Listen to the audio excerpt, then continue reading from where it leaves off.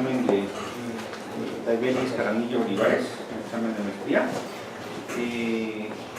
Yo soy Luis Gerardo de la Fraga. El comité está constituido por el doctor José Guadalupe Rodríguez y el doctor Luis Francisco Rodríguez Enríquez.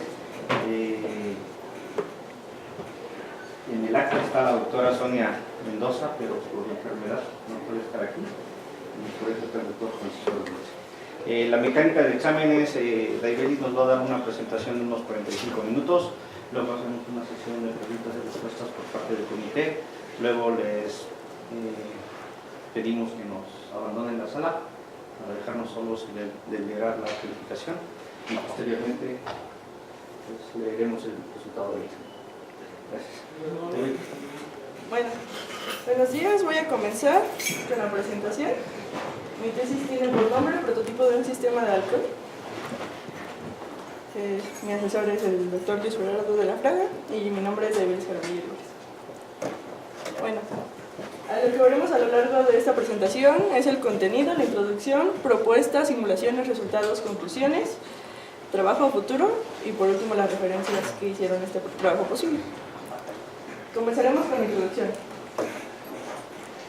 ¿Qué es un sistema de halcón? Es lo primero que tenemos que saber para conocer por qué lleva así el nombre. Los sistemas de halcón son los sistemas que se utilizan en la actualidad en deportes como lo son el fútbol, el tenis.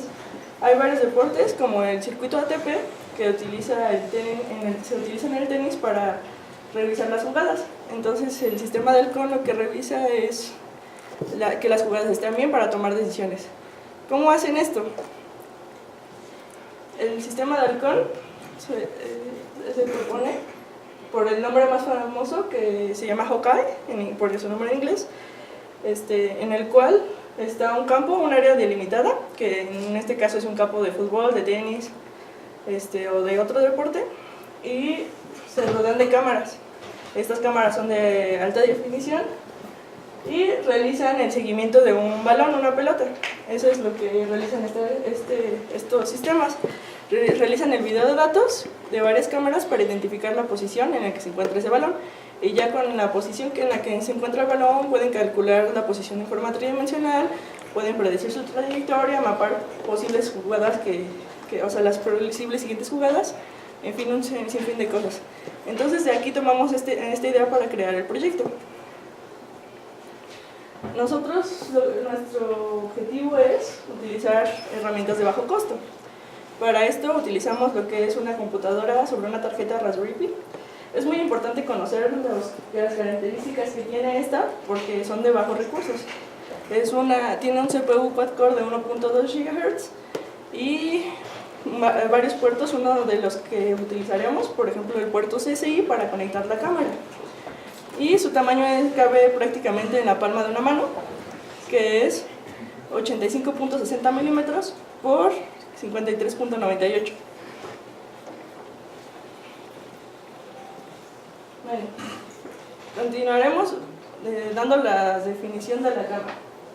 La cámara es el modelo que está conectado por el puerto CSI de la misma Raspberry. Es un sensor Sony MX219 de 8 megapíxeles y tiene soporte hasta 1080 marcos por segundo. Sin embargo, no ocuparemos tal resolución para este proyecto, ocuparemos una más baja.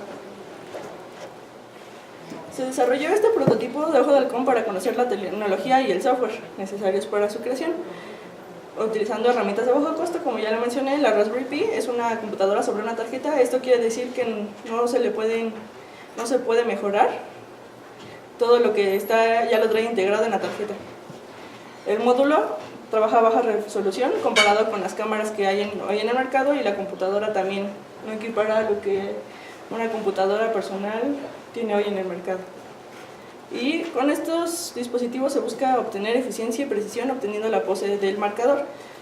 El marcador va a ser nuestra pelota, por así decirlo, va a ser lo que nosotros seguiremos para conocer su posición. Con respecto a un área de trabajo, esto también lo tomamos del ojo de halcón. En un área de trabajo vamos a obtener la posición. Esto se tiene que hacer en tiempo de ejecución. Como vaya corriendo el programa, se va encontrando la pose. Esto también se puede ver como un dispositivo óptico para la captura de la pose, como ya mencioné, en donde el marcador lo vamos a utilizar posteriormente, ya conociendo su posición, para mover un objeto tridimensional en otro lugar.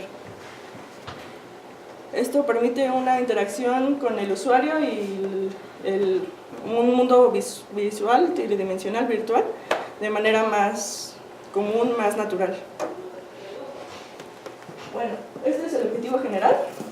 El objetivo general es construir un prototipo de sistema ojo de halcón con una interfaz para obtener la pose y así mover un objeto en 3 dimensiones utilizando herramientas de bajo costo.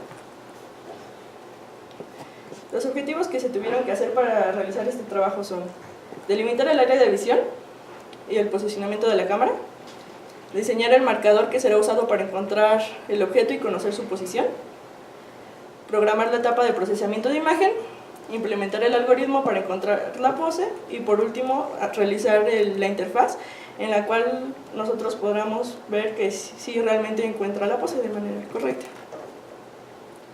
La propuesta. Aquí al fondo podemos ver los elementos que componen el sistema. Está la estructura de madera, que es en donde es el área que delimita lo que va a ver la cámara. Un foco que le da iluminación, de esta manera no le afecta, tiene una iluminación ambiental, no le afecta iluminación que se encuentra en el ambiente. El módulo cámara, que es con la cual se obtiene todas las imágenes que se procesarán y para encontrar el marcador. Y la computadora Raspberry Pi. Esos son los dispositivos. En cuanto a lo más importante es el marcador, el cual está compuesto de un marcador, el cual es un marcador por tipo de orden, que es el que se encuentra ahí, que es un marcador plano, que no tiene que tener deformidades, que si tiene deformidades no funcionará de manera correcta. Todo esto pasará la información a una computadora, a una manera visual, a una pantalla en la que se verá un objeto moviéndose en 3 dimensiones por la obtención de esta. ¿Cuál es el marcador ahí? ¿El marcador que dijiste? Sí, un marcador. ¿Cuál es? El que está, los triángulos. Es este. Son los triángulos que se encuentran ahí. Aquí está. Es este. Sí. ¿Sí? Gracias. Sí. El marcador. ¿Qué es el marcador? El marcador es un elemento único que facilita la identificación. Su forma es conocida, nosotros ya sabemos cuál es la forma del marcador y con esto hacemos un algoritmo ya sea de identificación o un entrenamiento para conocer dónde se ubica. Estos usualmente son utilizados en realidad aumentada y en robótica. Ahí hay unos ejemplos como lo son ArtAx, AppliTax, MinArt y ArtToolkit, que son unos ejemplos de los marcadores que se utilizan en la actualidad para encontrar posiciones, para sacar información de estos. Contienen información, esos marcadores. Y el marcador que se propone es un marcador basado en tipo de orden. Bueno, esto es lo que sabemos. Tenemos una cámara, la cual va a obtener una imagen. Esta imagen se va a filtrar, a segmentar, a clasificar. Se va a obtener cuál es el marcador, vamos a clasificar y obtener cuál es el marcador y posteriormente se obtendrán los puntos para conocer la pose. Todo esto se realiza en la Raspberry, todo este procesamiento lo realiza en la computadora Raspberry y posteriormente se mandará una interfaz gráfica. Esta es la imagen que tenemos. Nosotros estamos trabajando en escala de grises, esto quiere decir de 0 a 255. Son 256 canales, como se puede ver la imagen está en gris, ahí se ve el marcador y eso es lo que nuestra cámara está viendo. Este es un ejemplo de imagen.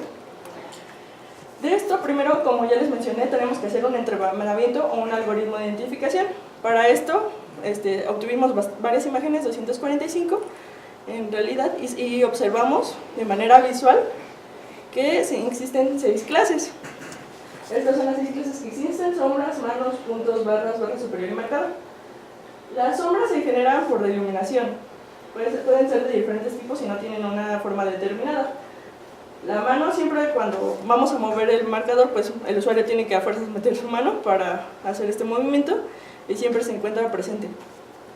Puntos son aquellas sombras que son tan pequeñas que se generan puntos, aunque no se logre ver, ahí hay un puntito.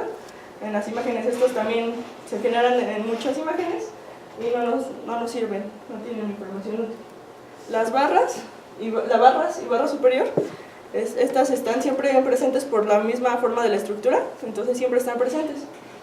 Y por último, el marcador, que es el elemento que nosotros queremos identificar. Para esto se realizó un clasificador. El clasificador consta de 5 etapas y ahorita les mencionaré las 5 etapas.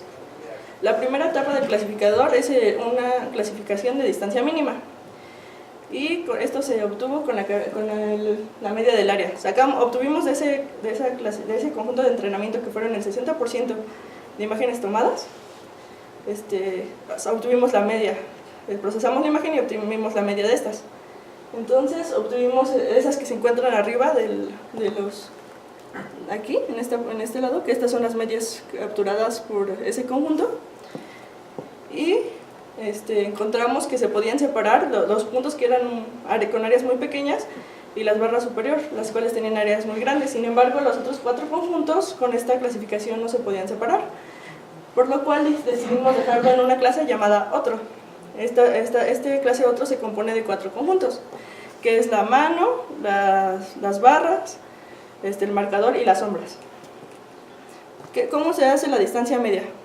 Básicamente utilizamos la distancia euclidiana. La distancia euclidiana es la distancia entre 2 puntos. Sin embargo, estamos manejando una distancia en una dimensión. Entonces aquí tenemos un ejemplo de lo que se realizó. Tenemos la distancia de un punto a otro. Nosotros, como ejemplo, vamos a utilizar el punto rojo que está en medio, que no tiene ninguna etiqueta.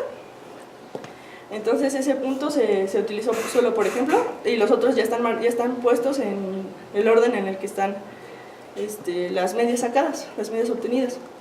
Entonces tenemos que la distancia de un punto a otro es la resta de los puntos de la manera absoluta. Entonces se tiene que se realizó con esto. Aquí no se utilizaron los decimales, por ejemplo, nada más, en el programa sí utiliza decimales. De 42.638 menos 30.000, suponiendo que el punto que estamos se coloca en una posición de 30.000. ¿Se calcula? ¿Píxeles? ¿Qué significa 30.000? Es el valor del área, que sería del objeto que se encuentra. ¿Pero en qué lo mides? ¿Centímetros, pulgadas, píxeles? En píxeles. Sí, perdón, son los píxeles que cuentan la imagen. Entonces, supongamos que el objeto es de 30.000 píxeles. Entonces se hace la resta y se obtiene que son 12.638. El del que se encuentra, no sé si se logra ver, por aquí se puso la distancia de aquí a acá, una barra azul. Luego se hace con el otro, con el más cercano. El programa no tiene la visualización que nosotros y no sabe cuál está más cerca y más lejos. Él tiene que realizar con cada uno de los puntos la clasificación. Nosotros, por ejemplificación y de manera visual, solo estamos poniendo a los 2 que se encuentran más cerca. Sin embargo, el programa tiene que hacer las comparaciones de todos para seguir cuál es la más cerca. Se hace la segunda y nos da 18.515. Al final, todas estas restas que se realizaron se comparan, todas las distancias se comparan, buscando cuál es la más pequeña. En este caso, solo sacamos 2. Pero aún así podemos comparar que la más cercana es la de 12.638, que era la anterior. Eso quiere decir que este objeto se va a clasificar como si fuera una barra superior. Si es una barra superior o es un punto, el programa lo descarta y continúa buscando más objetos, porque estos objetos no nos importa la información que nos dan, sino no tienen información que aportar. La siguiente clasificación fue la intersección con el borde. Observamos que las manos y las barras siempre intersectan el borde por la posición en la que están. La mano siempre va a entrar por un borde y las sombras y marcadores no. Entonces la siguiente que utilizamos es una intersección con el borde, la cual es una clasificación binaria. ¿Está intersectando o no está intersectando? Podemos ver que tanto las barras como la mano intersectan el borde.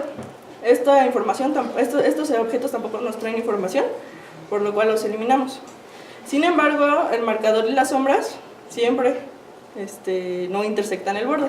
Aquí es muy importante destacar que si el marcador intersecta el borde, o sea, puede ser que el usuario ponga el marcador intersectando el borde. Es una restricción del sistema, no tiene que a fuerzas no estar intersectando el marcador el borde. Luego vimos que había algunos marcadores, sobre todo los que se encontraban más cercanos a la cámara, que tenían áreas muy grandes, lo cuales podían hacer que nuestro clasificador ahí acabara. Si el área es mayor a 12.000, o sea, la cantidad de los píxeles es mayor a 12.000, son marcadores siempre. Entonces aquí ya obtenemos que es un marcador y de ya podemos sacar más características. Bueno, los puntos de los vértices, que es la información que queremos. Pero en caso de que sean menor a 1300, son sombras también, entonces estas tampoco nos van a servir. Estos elementos quedarían descartados. Y continuamos la clasificación en la mezcla de sombras y marcadores, los cuales tienen un área similar y por este método no es posible separarlos. Seguimos con la clasificación. Otra vez con un rango, pero en este se utilizó como característica el primer momento de Hu. Los momentos de Hu son momentos invariantes. Eso quiere decir que no importa de la rotación o la escala, la traslación, van a dar los mismos valores. Entonces es lo que se utilizó. ¿Por qué se observó que había imágenes que eran como sombras como líneas o marcadores que también estaban de una manera que no iban a aportarnos información? Ese es un marcador, nosotros lo podemos ver y lo podemos saber. Sin embargo, el clasificador nunca va a encontrar un cuadrado ahí, porque ese no es una forma de cuadrado, y los puntos de los triángulos tampoco se pueden ver o observar de manera correcta. El clasificador no los encontraría. Entonces también todos esos marcadores que se encuentran en esa posición fueron descartados. Pero seguimos con el problema de los marcadores y las sombras. Y tenemos que separarlos. Entonces se hizo una última clasificación. SVM, por sus siglas en inglés, es una máquina de soporte vectorial. Una máquina de soporte vectorial, ¿qué es esto? Tenemos dos clases. Es ampliamente utilizado en este tipo de sistemas de clasificador. Hay varias maneras en las que podemos separar esas dos clases. ¿Por qué? Porque todas esas líneas separan las dos clases. Sin embargo, hay una que es mejor, que es la que está equidistante entre un punto y otro. Para obtener estas características se utilizó la librería libsm, que es una librería que está pública en internet, y con eso pudimos obtener cuáles eran las distancias. Esta máquina vectorial fue una máquina vectorial que también nos daba una característica binaria. Si era mayor a esos puntos de los vectores de soporte, eran marcadores, como se menciona aquí. Si es mayor a 0, es marcadores, y si es menor a 0, menor a 0 es sombras. Entonces eso es lo que se utilizó ya para la última separación. Y con esto ya se pudo por fin separar las sombras y marcadores, aunque tuvieran el área y los momentos de Hu muy iguales. No sé si logran ver, pero en rojo está marcado, es del tamaño de un píxel, por eso no se logra definir mucho. Aquí está marcado en rojo la obtención ya del cuadrado, de la parte oscura del marcador, en varias posiciones del marcador. Una vez obtenida ya la parte oscura del marcador, continuamos obteniendo los puntos de los triángulos, los vértices de estos. ¿Cómo detectamos esto? Primero sacamos el perímetro, queremos saber cuál es el perímetro del marcador. Luego se extraen las posiciones de todos los píxeles en un arreglo, de manera antihoraria. Eso nos va a servir para encontrar posteriormente los vértices. Encontramos los vértices.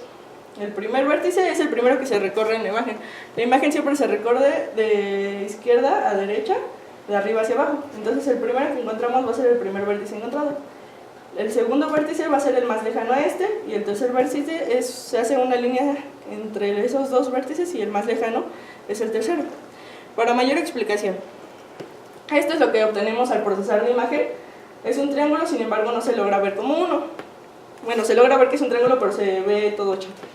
Nosotros queremos una buena precisión y aparte queremos encontrar los vértices. Primero encontramos el primer vértice. Cuando cuando vamos buscando una imagen, se hace, como les mencioné, de izquierda a derecha. Entonces es el primer vértice. El segundo es el más lejano que se encuentra. Y el tercero se realiza una línea entre esos dos y se encuentra el más lejano de esa línea, que es este. Y así ya se obtienen los 3 vértices. Pero esto nada más, como se ve, es un triángulo que no se ve bien definido. Para poder definir bien el triángulo como se puede observar en el marcador, se ajustan las líneas promedio de sus componentes principales. Se calculan las medias de las coordenadas x, y y se sustraerá a cada punto de la orilla su media. Luego se calcula la matriz con las medias y la desviación estándar, y la dirección de la línea es el eigenvector asociado con el eigenvalor más grande de la matriz que sacamos de allá arriba. Bueno, lo que obtenemos son las líneas, sus centroides y su dirección. Y estas se le calculan las 3 intersecciones.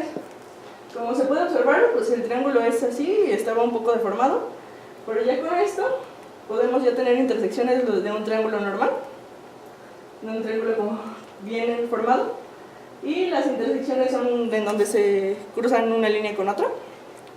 Esto es para darle una precisión de su píxel a nuestro dispositivo y que encuentre los vértices de una mejor manera. Aquí ya se puede observar cómo está, aparte del cuadrado encontrado, los triángulos encontrados de manera correcta. No sé si se logra ver, que también igual es de un píxel. Bueno, ustedes en todas las imágenes que les mostré siempre estaba solo un objeto por cada imagen. Sin embargo, este proceso para una computadora lo soporta. Sin embargo, la Raspberry, como no tiene todo el procesamiento que una computadora, lo que hacemos es etiquetarlos. En una imagen se realiza todo el procesamiento y en una imagen se realiza. Aquí está un ejemplo de una imagen que se obtuvo. ¿Qué es lo que realizamos? Vamos igual, siempre se va a hacer recorrido de izquierda a derecha y vamos buscando objetos. A todo el objeto se le identifica, al primer objeto se le identifica con 1. Y ya se va siguiendo. Ahí, aunque son puntos que son microscópicos para esto y no se logran ver, también se etiquetan 2, 3, 4.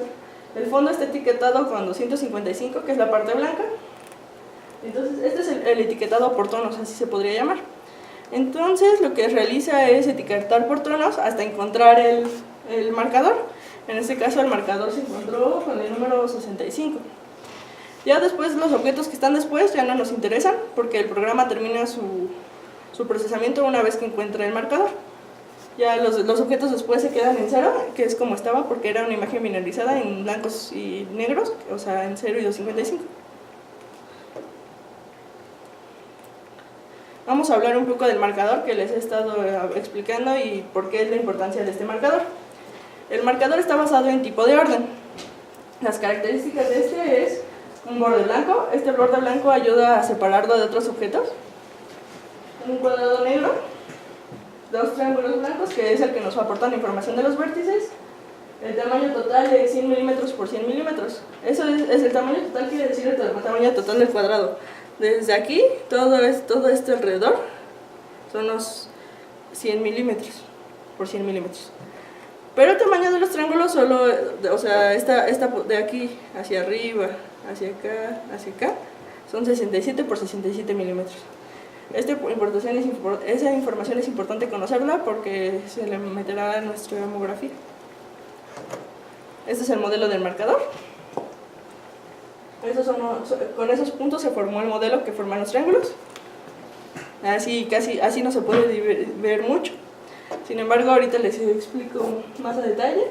Este orden es en el que se metieron. Necesita este orden para sacar la manera en la que se emparejan los puntos. Se hace por medio del tipo de orden, como ya lo mencioné. Y para esto se necesitan conocer el orden de los puntos. No es lo mismo poner los puntos de una manera que de otra, aunque estén con las mismas unidades. Este se metió 0,200, 0,0, 25, 100, 70, 100, 200, 0 y 200, 200. Estos son los puntos. Estos puntos nos generan los triángulos que ya vimos anteriormente. Aquí están los triángulos ya formados. O sea, es el mismo marcador aunque no se logre ver, ahí está, sí es el mismo. Sin embargo, esas unidades las utilizamos para sacar el tipo de orden. Este conjunto de puntos en ese orden nos da una perturbación máxima de 10.61 unidades. ¿Qué es una perturbación máxima? Una perturbación máxima es el desplazamiento que pueden tener estos puntos sin cambiar su tipo de orden. Entonces, si por la distorsión de la imagen o algo se cambiaran los puntos de unidades que no encontrara, se podrían mover 10.61 unidades antes de que el tipo de orden fuera diferente. Todo esto, el tipo de orden se encuadra en se llama representación del tipo de orden, ORT, y son estructuras que guardan estos datos, cuantifican la orientación de las tripletas. La que se utiliza en este sistema es la matriz lambda. La matriz lambda. ¿Qué es la matriz lambda? Es una matriz de tamaño n por n. Aquí está representada de hecho la matriz lambda de este sistema. Que es lambda de IJ, se representa el número de puntos que están al lado izquierdo. Con 2 puntos se forma una línea. Y los puntos que están al lado izquierdo de ese se colocan en la matriz. Y así conocemos cuántos puntos hay a la izquierda y cuántos a la derecha. De esta forma se van haciendo con todos los puntos y así al final sabemos cuál es la posición en que realmente deberían de tener nuestros puntos. Aunque esté rotado el marcador, no lo pongamos en los puntos en los que está el modelo, este es capaz de identificarlo por este tipo de orden. Este ordena los puntos por medio de esta información que tenemos. Ya teniendo el orden en el que están los puntos, se hace el emparejamiento con el modelo que les mostré anteriormente y ya conocemos a qué puntos están, o sea, cuáles son los puntos de la imagen que nos muestra la imagen y cuáles son a qué corresponden a los puntos del marcador. Sin embargo, ya tenemos la correspondencia, pero no tenemos la correspondencia de un plano a otro plano. Eso se realiza con la homografía. La homografía, tenemos puntos en un plano y los transformamos a puntos en otro plano. Eso es la homografía. Entonces, tenemos los puntos de un plano y por medio de la homografía, que son parámetros intrínsecos y extrínsecos, se calculan las correspondencias y se mapean, por así decirlo, a otro plano. Para esto también calibramos la cámara. Estos marcadores como tipo de ajedrez son muy utilizados para calibrar la cámara, también porque ya se conocen sus puntos, se hace un modelo y se conocen los puntos de estos. Se calibró la cámara a menor distancia, a una distancia media y una distancia más cercana. Se obtuvieron distintos focos en esto. Sin embargo, nosotros lo fijamos en el promedio de los tres y se fijó a 525. Este foco se puede obtener, sin embargo se fijó porque las características de la Raspberry es que tienen un autofoco que se da de manera automática, por lo cual se quiso probar dejar un foco fijo. La posición y orientación, ya teniendo la homografía, se calculan respecto a un sistema de coordenadas por medio de la homografía. Sin embargo, tenemos la homografía, todavía nos falta, eso nos da toda la traslación y toda la rotación. Sin embargo, nosotros para conocer solo la traslación y la rotación del marcador, necesitamos quitarle la rotación y traslación que nos da la cámara. La cámara que está, pues también tiene una rotación y una traslación inducidas por donde está posicionada. Aquí tenemos las ecuaciones. K son los parámetros intrínsecos y R1, R2 y T significan la rotación y la traslación. Y son los parámetros extrínsecos, que ese es lo que nos da el conocimiento de la pose. Ahí se puede ver cómo se obtiene la homografía. Con esos ya tenemos la rotación y la traslación de los puntos de un plano.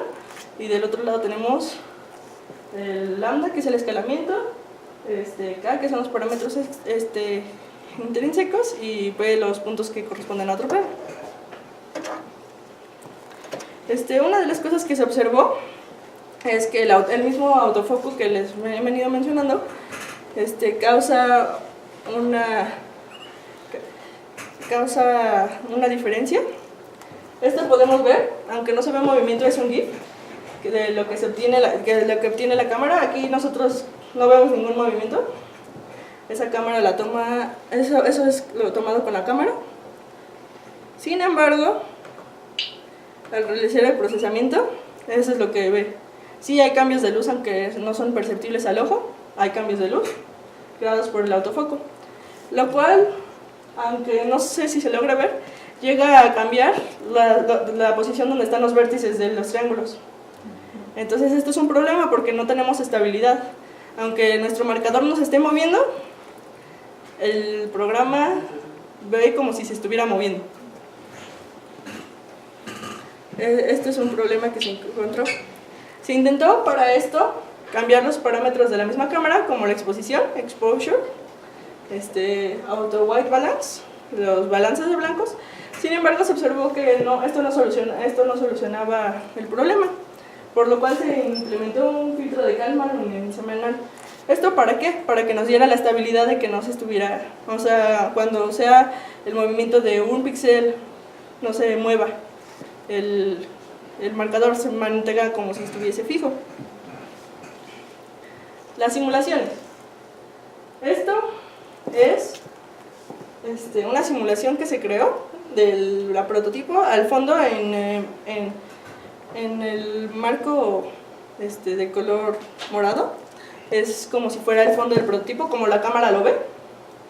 Se puede ver que se sale un poco de los lados, sin embargo es porque no solo se logra ver esto, también se sale un poco como se observaba en las imágenes. Del lado de izquierda y tanto del derecho como tantito de arriba se puede observar que hay un cambio, o sea, se sale un poco del y esto es tenemos un marcador y lo movemos en un radio de 10 milímetros con una rotación. Entonces esta es la simulación de moverlo cada 5 grados de esta manera en diferentes profundidades se mueve, y esto lo sacamos para obtener los errores que esto nos pudiera tener, los errores que se observan. Aproximado a enteros. ¿Esto qué quiere decir? Que si nosotros tomamos los píxeles, entonces este sería el error. Estos son las medias a diferentes profundidades de los errores. Esto lo hicimos para ver los errores que nos dan. Esto es aproximado a enteros, a píxeles. Podemos observar cómo el error está todo se manejó en unidades de milímetros. Aquí abajo vemos el desplazamiento en Z, el error que se produce en milímetros, y del otro lado está el error que se produce en grados. Se puede ver, el marcador está rotado 30 grados en Y y se realiza eso a diferentes profundidades. Estos son los promedios ya obtenidos y se ve que el error llega hasta 90 milímetros de este lado, a 25 grados de este lado, y pues el desplazamiento en las 3 gráficas que les voy a mostrar, esta es la primera, es el mismo, y ahí todos son los promedios. Todos serán marcadores rotados en 30 grados, sin embargo lo que cambia es el modo en el que se redondean los vértices de los triángulos. Estos son como si fueran enteros, o sea, con píxeles. Esto está truncado a un decimal. Vemos que cambia el error, baja bastante. De 90 pasamos a que baja a 2.5. En los ángulos no cambia tanto, que pasó de 25 a 22. Igual son los promedios de eso. Y por último, truncado a dos decimales, que es como se realizó. Por eso se realizó las aristas de los triángulos, por eso se revisaron las aristas, para hacer una precisión de su píxel. Este está truncado a 2 decimales ya. Podemos ver cómo el error se baja de manera se incrementa mucho el error, decrementa mucho el error. Entonces estos datos ya pueden ser útiles para ser utilizados y que la pose que la pose sea de una manera correcta obtenida. Por eso se utilizó la precisión de su píxel. Estos son los resultados obtenidos. Es un video. Aquí se puede observar cómo se encuentra el marcador. Y ese es un objeto tridimensional que está sobre él.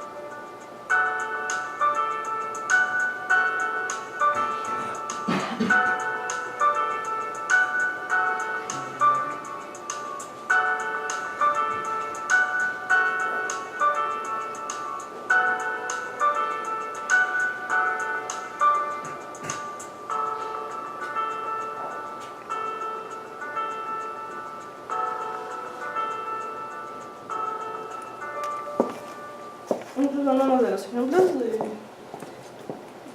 sistema.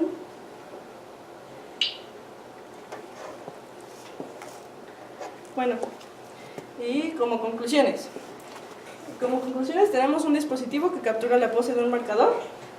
Las características es que es una estructura de madera de 40 por 40 por 60. Tiene una iluminación que es un foco de 3 vatios, lo cual le da iluminación a la estructura. Tiene una computadora sobre una tarjeta Raspberry Pi 3 modelo B, lo cual le viene con tiene soporte para un módulo de su cámara, de la misma computadora. La cámara, pues ocupamos el módulo, de esta manera ya no, ya viene soportada por la misma Raspberry módulo.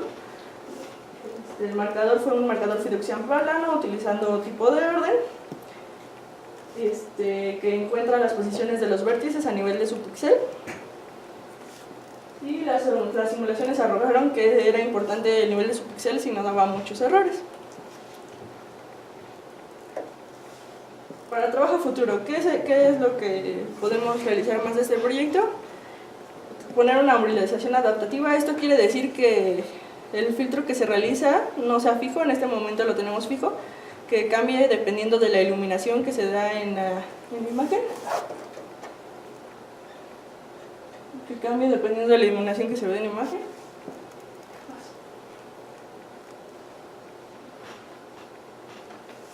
El algoritmo, usar un mejor algoritmo para la obtención de la pose del marcador, porque la homografía llega a ser pesado.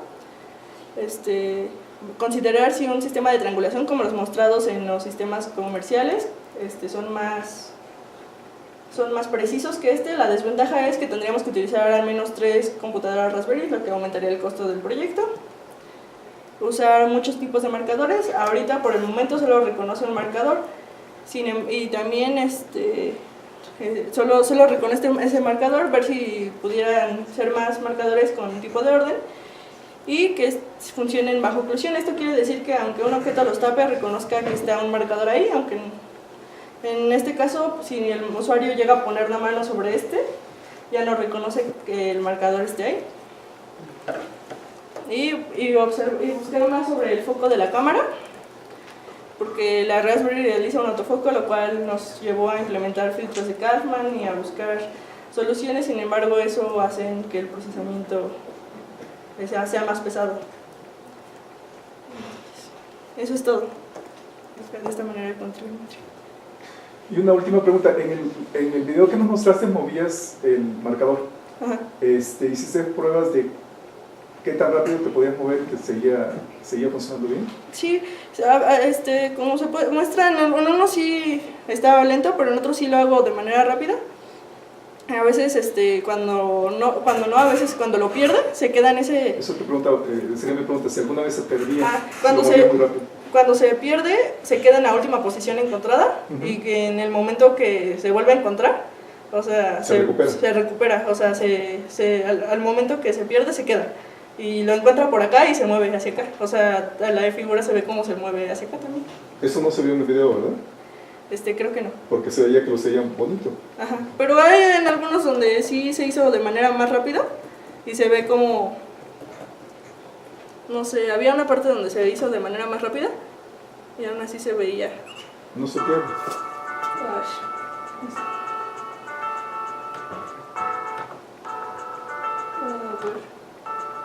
No sé. Había una donde estaba un poco más rápido. Ahí, estaba un poco más rápido, estoy moviendo mi mano más. Y aún así, cuando se pierde, nos marca un estado cero de que no hay marcador y se queda en la posición, pero como lo encuentra otra vez, se mueve hacia... Por eso se ve como que hay más delay en el movimiento, porque a lo mejor en uno de esos se perdió, sin embargo, como lo encontró, pues siguió al... Pero tú puedes mover tu mano más rápido, ¿no? ¿Qué es? O sea, si la mueves a toda velocidad, ¿se pierde o...? Pues yo imagino que encontraría algunas y se perdería en otras mucho, porque sí... ¿No llegas a hacer pruebas para ver qué tanto? Más rápido, ¿no? Pues es que no me imaginé... Bueno, cuando estás moviendo algo se supone que lo estás moviendo cuidadosamente o algo así, no así. No, pero si va a ser un deporte, como invita a pensar el título de tu tesis, entonces pueden ser movimientos bruscos, ¿no? Rápidos. Sí, pero sí, cuando lo encuentra, luego se cambia esa posición, si lo vuelve a encontrar acá. Lo que sí realicé es meterle varios marcadores. Ajá. Y a veces lo encuentra y solo encuentra uno, pues el primero que procesa. Con varios marcadores. El primero que procesa, siempre como solo fue diseñado para uno, solo encuentra el primero que procesa. E ignora a los otros. Ignora a los otros y si lo quitas y lo pones, o sea, por ejemplo, si dejo dos y de la nada quito el que estaba encontrado, luego se pasa al otro. Yeah. O sea, dice, ya no está, o sea, le puse los dos así. Y estaba porque es el más cercano a la cámara, es el primero que se encuentra. Y le quité, luego se fue a encontrar el otro marcador. Hice pruebas así, pero con más movimiento no. Muchas gracias, son todas las preguntas. Gracias. ¿Escribiste en la 35? Sí.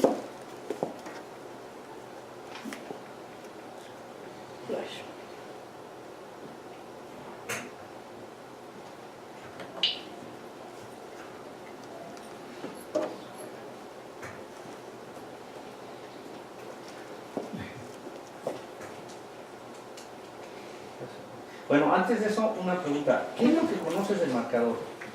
¿Qué es lo que buscas para entrenar, para reconocerlo? Para reconocerlo busco el cuadrado. Justo. El cuadrado negro. Eso es lo que busco. Para hacer el entrenamiento. Y conozco... Para identificarlo. Para identificarlo busco el cuadrado negro. Y ese fue el algoritmo de clasificación que se creó. Ya después de que conozco el cuadrado negro, ya empiezo a buscar la información de los vértices. Entonces a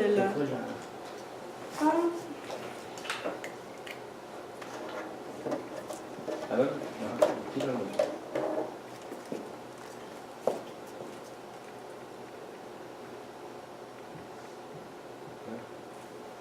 No sé.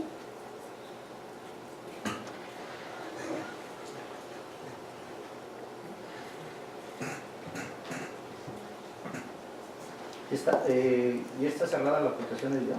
¿Ya? Ahí está.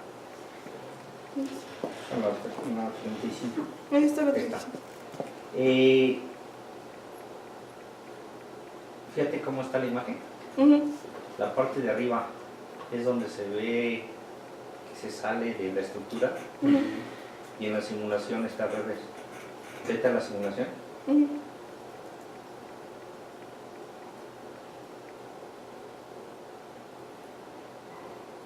Es que no sé.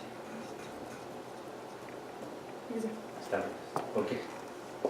Porque se le realiza se invierte la posición para que nosotras la veamos.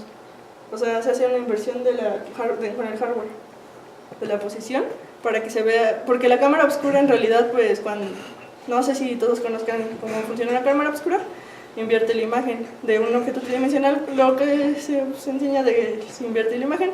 Entonces, para ver las coordenadas de la imagen. Ajá.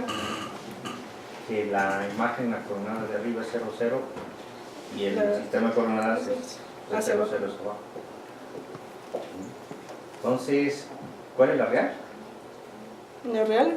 ¿Esa está invertida o esa no está invertida? Está invertida. Esa está invertida, ¿no? Bueno. ¿Viste la 37?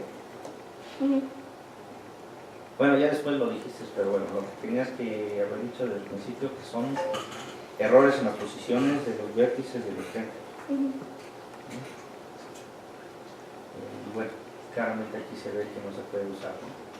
No es mucho Si error. nada más tenemos los valores crudos de los vértices, pues no sirve, ¿no? Al menos con la simulación. No, con estos marcadores. ¿Cuántos cuadros por segundo se obtuvieron? Todo eso se hace con el OpenGL y se realizó a 30 cuadros por segundo. ¿Ahorita no está 60? 30, está 17, 1 sobre 17. Okay. O sea, 30 el timer, el que hace el que realiza todo aquello que ve que el objeto esté encima, que es de OpenGL, se realiza. Aunque en realidad he notado que eso se hace, que el procesamiento es el que va realizando eso. Cuando termina el display lo vuelve a hacer y lo vuelve a hacer. Se marcó en y cuando termina el procesamiento va realizándolo. Muy bien. Ok, pues muchas gracias. Una última pregunta. Hablas de tridimensionalidad, hablas de objetos tridimensionales. Explícame eso usando solo una cámara, ¿cómo lo haces? Porque se obtienen los puntos, o sea, con una de las tareas de la computación, de la visión por computadora es eso, obtener las tres cámaras, los puntos. Cuando tomamos una imagen, tenemos 3 dimensiones y eso la cámara la transforma a 2. Entonces nosotros tenemos que encontrarlo con los parámetros extrínsecos, donde la posición de la cámara y cosas así. Nosotros conocemos dónde tenemos la posición de la cámara. O sea, esos son datos que nos ayudan a encontrar la información que se perdió. Ahora sí que cuando tomas una foto, pues tienes 3 dimensiones. Le tomas una foto a algo de 3 dimensiones, eso se convierte en 2 por las características de la cámara. Pero bueno, de que transforma a 2 dimensiones. Sin embargo, esa información, pues, conocemos dónde está la cámara, conocemos, La cámara. ¿Conoces la cámara? Ajá, conocemos dónde está la cámara, todas las características. Y que esa información, ahora sí que hacemos lo al revés, o sea, tenemos esto, y conocemos esto, lo revertimos para obtener la tridimensionalidad. Y bueno, yo todavía estaba confundido porque yo veo que el marcador lo mueves y lo levantas un poquito con respecto al plano de abajo.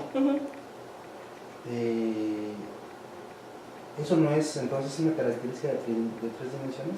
¿Qué? La altura del marcador con respecto al plano del fondo. Sí se ve la profundidad, cuando se observa se ve la profundidad, solo que pues toma como coordenadas todo lo que ve abajo, esas son sus... ¿Y cómo calculas la altura a la que está el marcador con respecto al plano? Si tiene los vértices más cercanos, sabemos que está más cerca de la cámara, si los vértices se calculan más dispersos o más, según la escala. Ajá. Si están más cerca, pues está más cerca de la cámara. Sí, como tienes una pantalla de un espacio controlado donde... Ajá, un espacio controlado. Ajá, ya conozco. Bueno. Vale. Pues muchas gracias.